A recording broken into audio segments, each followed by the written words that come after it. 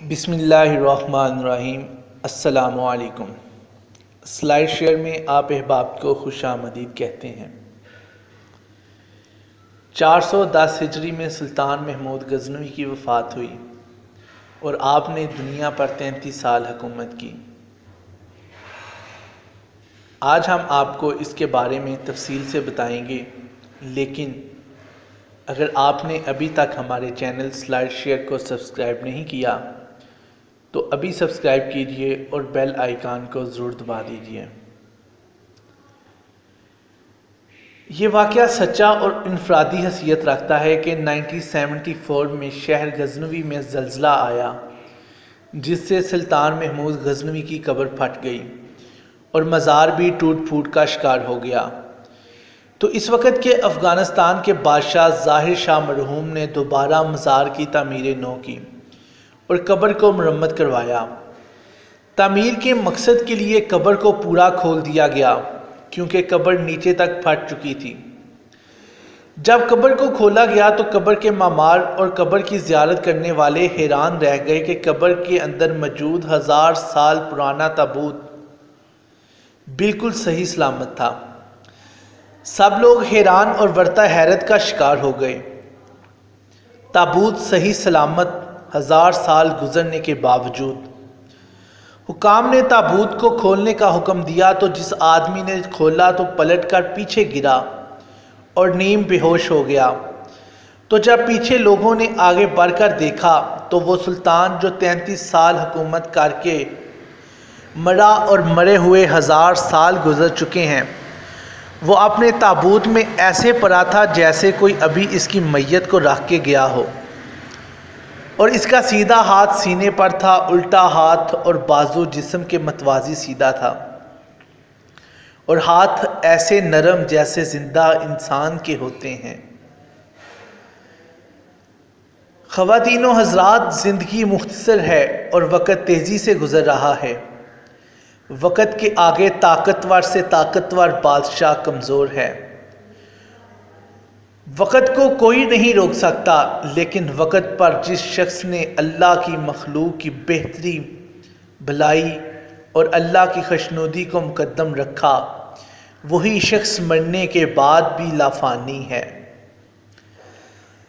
سلطان محمود صحیح معنوں میں دین اسلام کا محب اور محافظ تھا، بلند کردار، بلند حوصلے والا شخص تھا، نبی اکرم صلی اللہ علیہ وسلم سے والہانہ محبت رکھتا تھا۔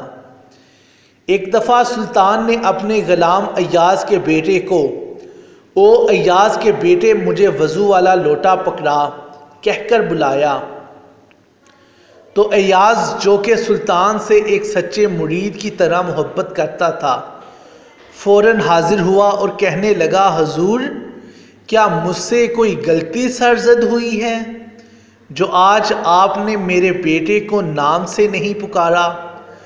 تو سلطان نے کہا، نہیں، ایسا نہیں، چونکہ تمہارے بیٹے کے نام میں محمد آتا ہے اور میں اس وقت بے وضو تھا، اس لیے میں نے تمہارے بیٹے کو نام سے نہیں پکارا۔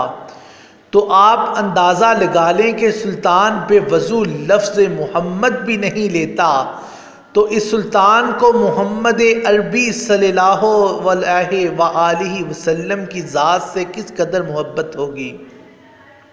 سلطان محمود غزنوی نے دنیا میں 33 سال حکومت کی اور اس وقت کا دنیا کا شجاعت اور دنیا پر اثر و رسوخ رکھنے والا بادشاہ تھا، جو کہ جہاد کا دل دادا، شجاع اور خدا ترس بادشاہ تھا۔ محمود غزنوی بہت پرعزم اور باہمت بادشاہ تھا۔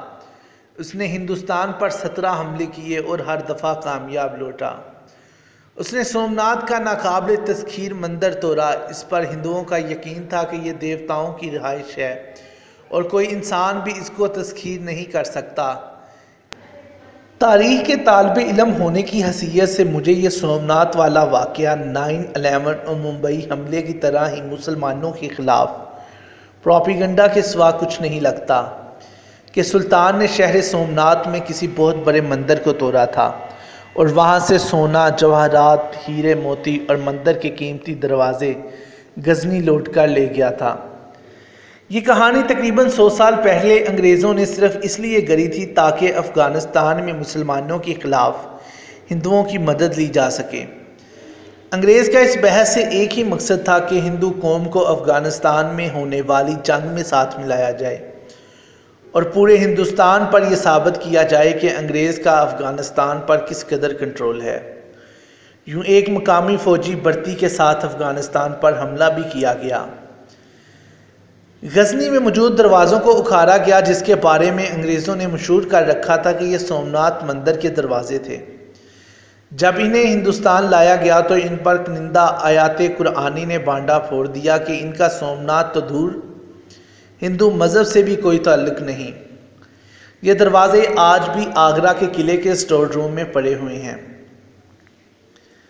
بت شکن کا لقب بھی انگریز نے ہی سلطان کو دیا تھا۔ اس کے دو بڑے مقاصد تھے، ایک یہ کہ اس وقت کے متحدہ ہندوستان میں ہندوؤں اور مسلمانوں کو آپس میں لڑوایا جائے، اور دوسرا ہندوؤں کو انگریز فوج میں بھرتی کر کے افغانستان پر چڑھائی کروائی جائے، کیونکہ مسلمان کبھی بھی افغانستان کے مسلمانوں کے خلاف لڑنے کو تیار نہ تھے۔ اسی لیے محمود غزنوی کے سومناتھ کے عظیم مندر کی تباہی، اس کے بہت بڑے بت کو توڑنا، اس کے اندر سے سونا اور دولت نکالنا اور اس دولت کو لوٹ کر غزنی لے جانا، یہ ساری کہانی انگریز دور میں تراشی گئی۔ بالکل ایسے ہی جیسے 2 جہاز 9 سپتمبر کے واقعے میں اسامہ بن لادن کی تنظیم القاعدہ نے ورلڈ ٹریڈ سینٹر میں دے مارے، اور اس کا ذمہ دار صرف مسلمانوں کو ہی آج تک ٹھہرایا جا رہا ہے۔ حالانکہ یہ خود امریکی حکومت نے کروائے تھے تاکہ دنیا کو ساتھ ملا کر افغانستان پر حملے کا جواز پیدا کیا جا سکے۔ اس کی حقیقت جاننے کے لیے آپ لوز چینج ڈاکیومنٹری ضرور دیکھیں، جو کہ اردو میں کھوٹے سکے کے نام سے مترجم بھی ہوئی ہے۔ انگریز دور میں ہی محمود غزنوی کو بت شکن کا لقب دے کر مسلمانوں کے ہاں اس کے کردار کی عظمت اور ہندوؤں کے ہاں کردار کشی کی گئی، تاکہ زیادہ سے زیادہ ہندو محمود غزنوی اور مسلمانوں کے خلاف ہو کر مسلمان ہمیشہ اقتدار میں آ کر لوٹ مار کر کے اپنے وطن لوٹ جاتے ہیں۔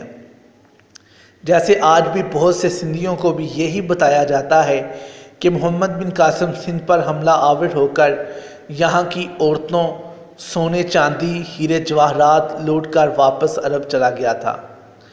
بہرحال سلطان نے سومناتھ شہر پر حملہ ضرور کیا تھا، لیکن وہاں پر کوئی بڑا مندر موجود ہی نہیں تھا۔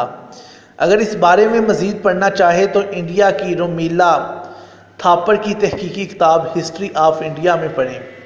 اس کتاب میں رومیلا نے ایک باب میں اس پر کافی تفصیل بحث کی ہے اور دلائل سے ثابت کیا ہے کہ سلطان نے یہاں کسی مندر کو نہیں توڑا تھا اور نہ ہی کوئی لوٹ مار کی۔